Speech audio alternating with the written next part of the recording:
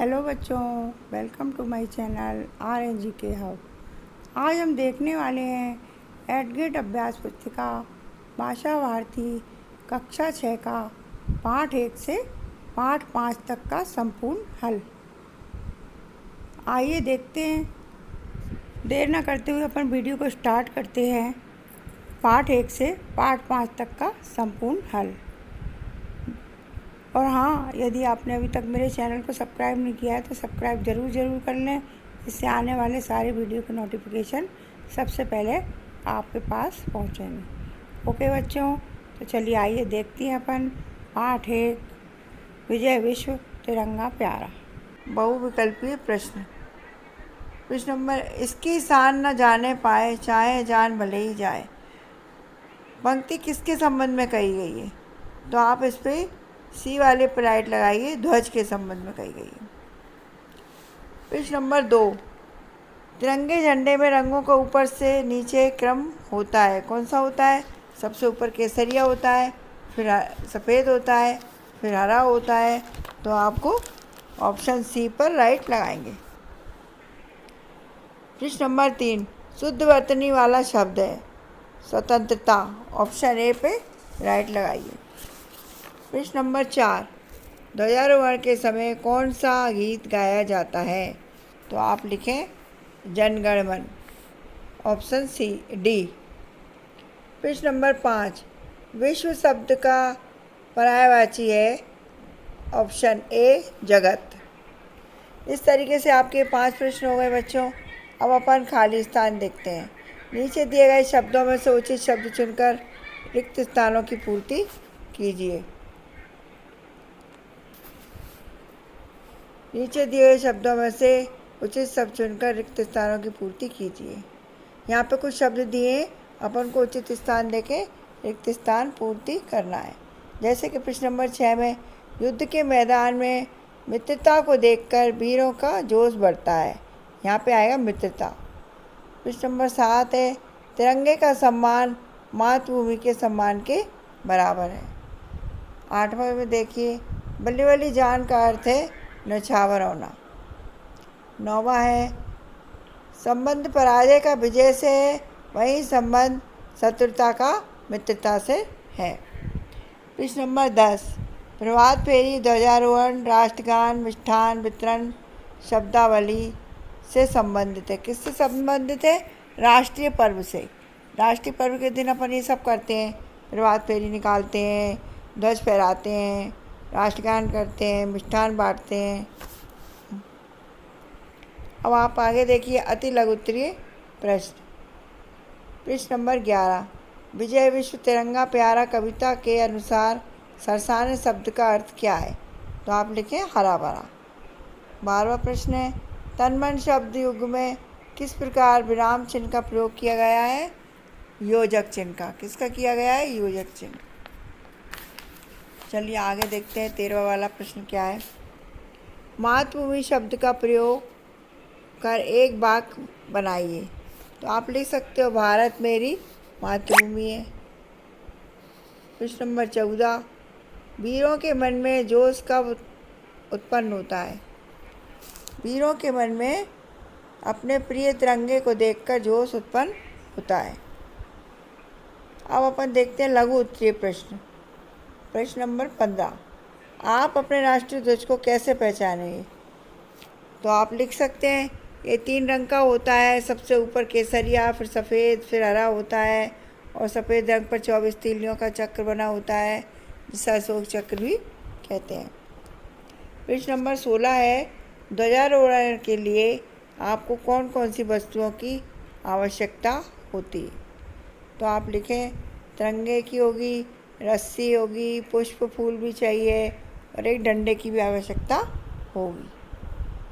17वां वाला, वीरों को देखकर वीरों के मन में कौन कौन से भाव जागृत होते हैं? तिरंगे को देखकर। तिरंगे को देखकर वीरों के मन में साहस, जोश और शक्ति और देशभक्ति जैसे भाव जागृत होते हैं। प्रभात फेरी के समय आप कौन सा गीत गाते हैं? उनकी 4 पंक्तियाँ लिखिए। तो वैसे तो अपन राष्ट्रगीत भी गाते हैं, ये भी गा सकते हैं आप। झंडा ऊंचा रहे हमारा, सदा शक्ति बरसाने वाला, वीरों का मन हरसाने वाला, झंडा ऊंचा रहे हमारा। इस तरीके से आप कर सकते हैं। अब दीर्घ उत्तरीय प्रश्न देखिए, प्रश्न नंबर 19। तिरंगे झंडे के विषय में कोई 5 बातें लिखना है, तो लिख दो आप। तिरंगा झंडा हमारा राष्ट्रीय झंडा है। ये 3 रंग का होता है, केसरिया, सफ़ेद, हरा। इसके बीच में नीले रंग का अशोक चक्र होता है जिसमें 24 तीलियाँ होती हैं। ये राष्ट्रीय पर्व पर फहराया जाता है। अब 20 वाला प्रश्न देखिए। नीचे दी गई पंक्तियों का भावार्थ अपने शब्दों में लिखिए। तो मैंने यहाँ पे लिख दिया है, आप इसको देख के लिख सकते हैं। ओके बच्चों, इस तरीके से अपना पार्ट 1 का संपूर्ण हो गया है। वीडियो अच्छी लगी हो तो लाइक ज़रूर करें।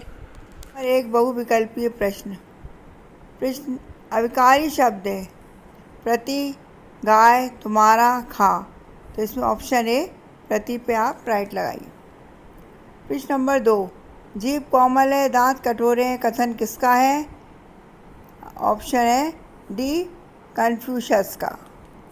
प्रश्न नंबर 3, वचन कब औषधि का काम करते हैं? तो वचन कब औषधि का काम करते हैं? मीठे होने पर। ऑप्शन सी मीठे होने पर। प्रश्न नंबर 4, जीवन में कौन जीतता है? विनम्र स्वभाव वाला, शांत स्वभाव वाला, कम बोलने वाला, अधिक बोलने वाला। तो आप बताइए कि ऑप्शन सी कम बोलने वाला। प्रश्न नंबर 5, लुकमान ने शरीर का कौन सा हिस्सा सबसे अच्छा और सबसे बुरा बताया? हाथ, पैर, जीभ, दांत। सबसे अच्छा और सबसे बुरा जीभ है। अब अपन देखते हैं खाली स्थान। नीचे दिए गए शब्दों में से उचित शब्द चुनकर रिक्त स्थानों की पूर्ति कीजिए। यहाँ पे कुछ शब्द दिए हैं, अपन को यहाँ उचित जगह पर फिलअप करना है। जैसे कि प्रश्न नंबर 6 में बोलना भी एक कला है, यहाँ पे बोलना आएगा। अगला है मनुष्य के लिए वाणी वरदान है। किसी की कर्कश होती है, किसी की कोयल जैसी होती है, इसलिए ये भी एक वरदान है। प्रश्न नंबर 8, आपकी वाणी कठोर, तीखी और कर्कश है तो उसे मीठी बनाइए।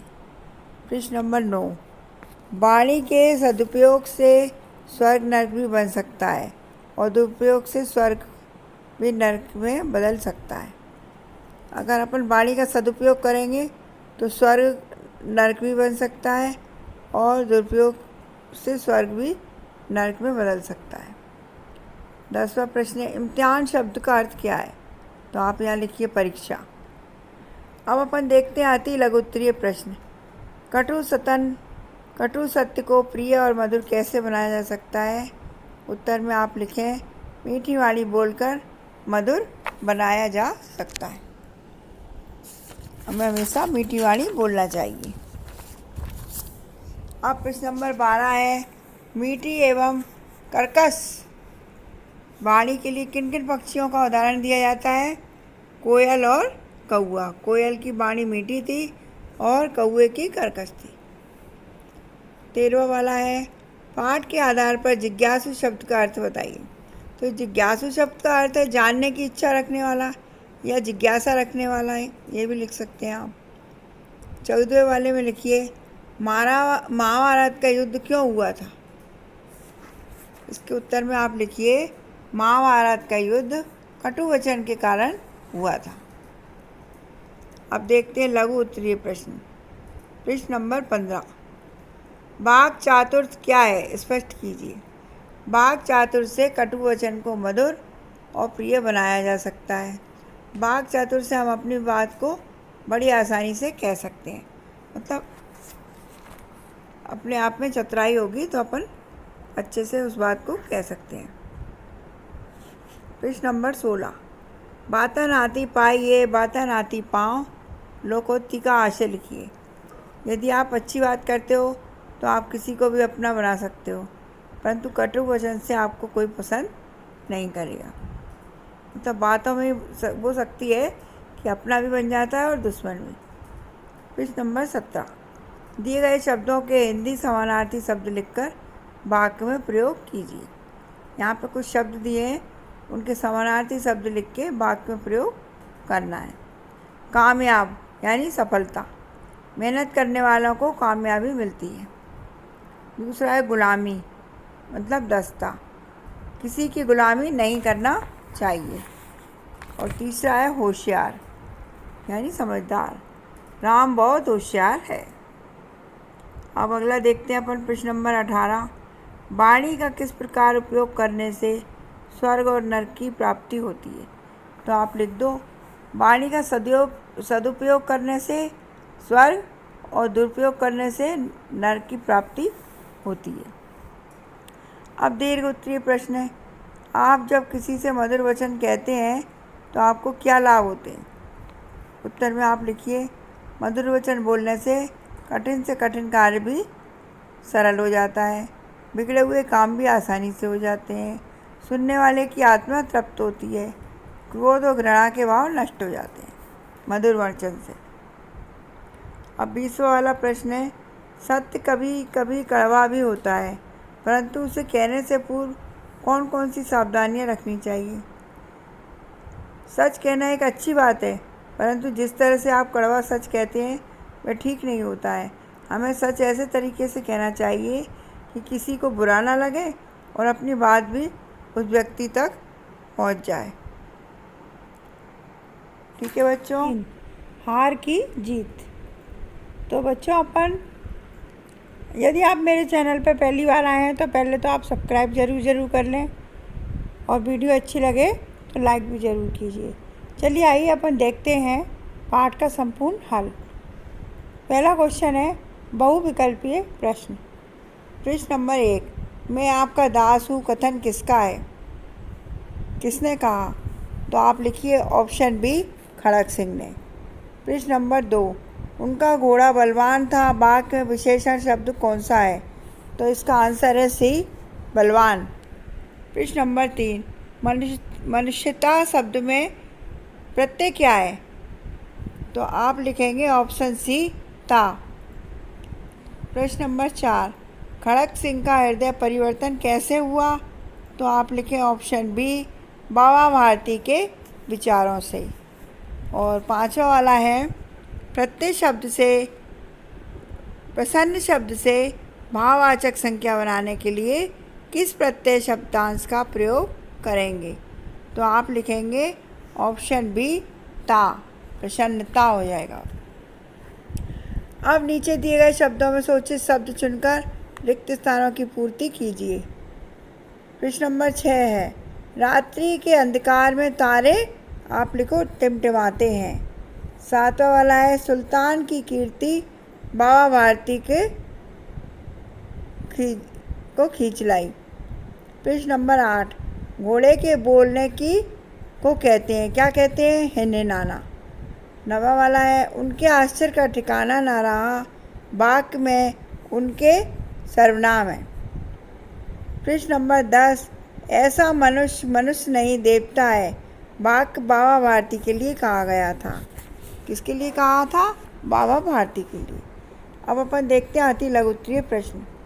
प्रश्न नंबर 11, खड़क सिंह इस इलाके का कुख्यात डाकू था। कौन सा था? कुख्यात। वाक्य में रेखांकित शब्द का विलोम शब्द लिखना है, यानी कुख्यात का विलोम होगा प्रख्यात। प्रश्न नंबर 12, उसकी चाल देखकर खड़क सिंह के हृदय पर सांप लौट गया। वाक्य में मुहावरा छांट के लिखना है, हृदय पर सांप लौटना ये मुहावरा है। प्रश्न नंबर 13, बाबा भारती के घोड़े की कोई एक विशेषता बताइए। बाबा भारती का घोड़ा देखने में बहुत सुंदर था और उसकी चाल भी बहुत तेज़ थी। यह आप विशेषता उसकी बता सकते हैं। अब अपन देखते हैं प्रश्न नंबर 14, बाबा भारती को किस चीज़ से आश्चर्य हुआ? आप लिखो, बाबा भारती ने अस्तबल में अपने घोड़े को देखा तो वे आश्चर्यचकित हो गए और उसकी गर्दन से लिपटकर रोने लगे। उनका प्यार पिता और पुत्र जैसा था। लघु उत्तरीय प्रश्न। प्रश्न नंबर 15, यदि बाबा भारती घोड़ा नहीं दिखाते तो खड़क सिंह क्या करता? अपने शब्दों में लिखना है। तो आप लिखो, यदि बाबा भारती घोड़ा नहीं दिखाते तो खड़क सिंह उस घोड़े की जानकारी स्वयं ना लेते हुए ना कर सकते और ना उसको चुराते। प्रश्न नंबर 16, खड़क सिंह की आंखों में नेकी के आंसू क्यों थे? बाबा भारती ने खड़क सिंह से कहा कि आप यह घटना किसी के सामने प्रकट ना करना, नहीं तो कोई भी गरीब विश्वास नहीं करेगा। तब उनकी आंखों में नेकी के आंसू थे। 17 वाला प्रश्न देखिए, निम्नलिखित शब्दों में से संज्ञा, सर्वनाम, क्रिया एवं विशेषण शब्दों को छांटकर लिखिए। यहाँ पे कुछ शब्द दिए हुए हैं संज्ञा, सर्वनाम, क्रिया, विशेषण के 4-4, तो मैंने ये अलग अलग कर दिए हैं, आप इनको देख सकते हैं। और 18 वाला प्रश्न देखिए, बाबा भारती की जगह आप होते तो घोड़े को चोरी होने से बचाने के लिए क्या करते? बाबा भारती की जगह मैं होता तो उस अपाहिज बने डाकू की वास्तविकता का पता लगाता और हर तरह से घोड़े को ले जाने से रोकने की कोशिश करता। अब अपन देखेंगे दीर्घ उत्तरीय प्रश्न। प्रश्न नंबर 19, बाबा भारती के कौन कौन से गुण आप अपने जीवन में अपनाना चाहेंगे? तो बाबा भारती में कौन सा गुण था? जीवों के प्रति बाबा भारती का प्रेम व दया भावना का गुण था और गरीबों और असहायों के प्रति बाबा भारती का दया भाव का गुण था। 20वां वाला प्रश्न देखिए, हमें ज़रूरतमंद की सहायता क्यों करनी चाहिए? क्योंकि गरीबों की सहायता करने से ईश्वर भी प्रसन्न होता है और वह हमारी सहायता करता है। गरीबों की सहायता करना मेरा नैतिक कर्तव्य है, यह हमारा नैतिक कर्तव्य है। तो चलिए बच्चों, ये आपका पार्ट 3 भी पूरा हो गया है। और आपको कौन कौन सी वीडियो चाहिए आप मेरे को कमेंट से बताइए। वीडियो अच्छी लगी हो तो लाइक ज़रूर कीजिए और चैनल को सब्सक्राइब भी कर लीजिए। ओके बच्चों, थैंक यू। कहाँ है का संपूर्ण हल। तो आइए बच्चों, अपन वीडियो को देर ना करते हुए स्टार्ट करते हैं। बहुविकल्पीय प्रश्न। प्रश्न नंबर 1 है, एक ही शब्द के 2 बार आने पर किस चिन्ह का प्रयोग होता है? एक ही शब्द के 2 बार आने पर किस चिन्ह का प्रयोग होता है? आप लिखेंगे ऑप्शन ए, योजक चिन्ह। प्रश्न नंबर 2 है, वर्तमान शिक्षा में ज़रूरत है किसकी? प्रश्न ऑप्शन सी, चिंतन के विस्तार की। प्रश्न नंबर 3, भूमंडलीकरण को कहते हैं, क्या कहते हैं? ऑप्शन बी, वैश्वीकरण। चौथा वाला प्रश्न है, छंद प्रयुक्त होता है, किसमें होता है छंद? ऑप्शन ए, कविता में। 5वां है, आगत शब्द है, आगत शब्द का है? ऑप्शन ए, सकल। इस तरीके से आपको राइट लगा के और ये आंसरों को लिखना है। अब अपन नीचे दिए गए शब्दों में से उचित शब्द चुनकर रिक्त स्थानों की पूर्ति करेंगे। 6वां वाला प्रश्न है, यंत्रों की ताकत के भीतर आप लिखिए मंत्रों का मृदु घोष कहाँ है? 7वां है, व्याकरण में श्रृंगार को रस कहा जाता है। प्रश्न नंबर 8 है, संपन्नता का दूसरा नाम वैभव है। और 9वां वाला है, मीरा, कबीर, भारतेंदु, खुसरो कवि कुल के हैं। 10वां प्रश्न है, अच्छा व्यवहार करना नैतिक मूल्य है। अति लघुत्तरीय प्रश्न। प्रश्न नंबर 11, टेलीफोन मोबाइल के पूर्व संचार के क्या माध्यम थे? तो जब टेलीफोन और मोबाइल नहीं था तो अपन क्या करते थे बच्चों? पत्र द्वारा एक दूसरे को भेजते थे लिख के, या फिर ज़्यादा अर्जेंट होता तो तार के द्वारा जाता था कोई, जो कि आजकल अपन टेलीफोन से मोबाइल से कर लेते हैं। 12वां वाला प्रश्न है, धन से कोष भरे हैं, पंक्ति का अर्थ बताइए। लोगों में धन की एकत्र करने की प्रवृत्ति बढ़ गई है, उनके खजाने में धन भरा पड़ा है, फिर भी वे अनुचित उचित साधनों से धन एकत्र करने में जुटे हैं। कवि क्या कह रहा है? धन के कोष भरे पड़े हैं लोगों के, फिर भी वो उचित अनुचित साधनों से धन को भरने में लगा हुआ है। 13वां वाला प्रश्न देखिए, आज शिक्षा में किस बात की कमी दिखाई देती है? तो आप लिखो, आज शिक्षा में संस्कारों की कमी दिखाई देती है। 14वां वाला है, कविता में आए योजक चिन्ह वाले कोई 4 शब्द लिखिए। तो योजक चिन्ह आप जान नहीं लिखे हैं, जो 2 शब्द एक जैसे होते हैं उसे योजक चिन्ह कहते हैं, जिसके बीच में जो चिन्ह होता है, जैसे ऊंचे ऊंचे, जन जन, बड़े बड़े, बड़ी बड़ी, इस तरीके से इसके बीच में योजक चिन्ह लगा हुआ है। अब लघु उत्तरीय प्रश्न देखिए, रामराज से कवि का क्या आशय है? कवि कह रहा है, रामराज की स्थापना का जो सपना था वह टूट चुका है।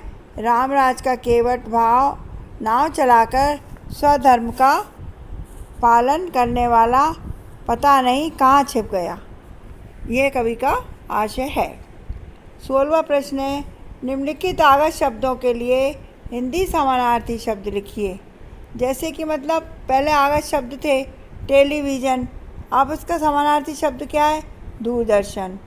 टेलीफोन दूरसंचार, दुनिया विश्व, ये आगत शब्द जो अभी नए शब्द आ गए हैं।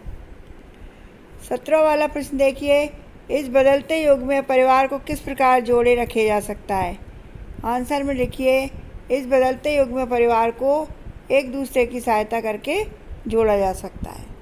18वां वाला प्रश्न है, विश्व में हो रही खोजों में हमारे देश का क्या योगदान है? तो आप लिखें, भारत वैश्विक आर्थिक विकास का एक प्रमुख चालक रहा है, जो दुनिया के कुल आर्थिक उत्पादन का लगभग 15% रहा है। अब दीर्घ उत्तरीय प्रश्न देखते हैं अपन। भारत देश के बारे में 10 वाक्य लिखिए। भारत की संस्कृति विश्व प्रसिद्ध है। यह विश्व का 7वां सबसे बड़ा देश है। भारत की जनसंख्या 143 करोड़ है। भारत में 2000 से अधिक जातियां हैं।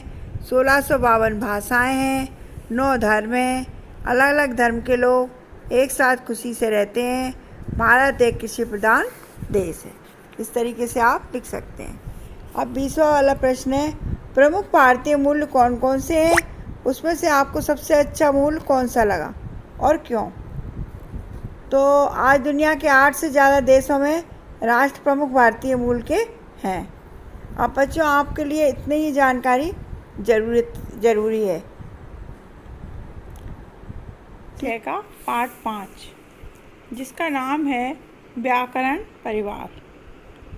तो वीडियो देर ना करते हुए अपन स्टार्ट करते हैं बच्चों। पहला क्वेश्चन है बहुविकल्पीय प्रश्न। प्रश्न नंबर 1, पढ़ना लिखना शब्द क्या है? ऑप्शन ए संज्ञा शब्द, बी क्रिया शब्द, सी सर्वनाम, डी विशेषण। आंसर में आप लिखेंगे ऑप्शन बी क्रिया शब्द। प्रश्न नंबर 2, विस्मयादि सूचक वाक्य कौन सा है? इसमें आप लिखेंगे ऑप्शन सी अरे 9 बज गए। प्रश्न नंबर 3, वह हंसती है कभी रोती है, किसका उदाहरण है? मतलब वह हंसती है कभी रोती है, किसका उदाहरण है? सकर्मक क्रिया है कि अकर्मक क्रिया है, क्या पूर्ण क्रिया है कि क्रिया विशेषण? तो आप इसमें लिख सकते हैं ऑप्शन बी अकर्मक क्रिया। चौथा वाला प्रश्न देखते हैं, व्याकरण परिवार में मालकिन कौन है? तो आप बताएंगे व्याकरण परिवार में मालकिन क्रिया है। प्रश्न नंबर 5, निम्नलिखित में से देव भाषा कौन सी है? प्राकृतिक भाषा, हिंदी भाषा, पाली भाषा और संस्कृत भाषा। तो आप लिखेंगे ऑप्शन डी संस्कृत भाषा। अब नीचे दिए गए शब्दों में से उचित शब्द चुनकर रिक्त स्थानों की पूर्ति कीजिए। यहाँ पे कुछ शब्द दिए हुए हैं, उनको उचित शब्द को छांट के अपन को रिक्त स्थान में फिलअप करना है। तो क्वेश्चन नंबर 6 दिया है, व्याकरण परिवार में विशेषण और क्रिया विशेषण 2 पुत्रियाँ हैं। कौन है? 2 पुत्रियाँ। सातवां वाला प्रश्न है, मैं घर के सारे काम करता हूँ। कौन? तो मैं सकर्मक क्रिया हूँ। प्रश्न नंबर 8, संज्ञा के स्थान पर उपयोग होने वाले शब्द सर्वनाम कहलाते हैं। क्या कहलाते हैं? सर्वनाम। प्रश्न नंबर 9, संज्ञा नंदा क्रिया देवी पर निर्भर है। किस पर निर्भर है? क्रिया देवी पर। और 10वां वाला प्रश्न है, पशु, शेर, व्यक्ति और नदी संज्ञा है। कौन सी संज्ञा? जातिवाचक।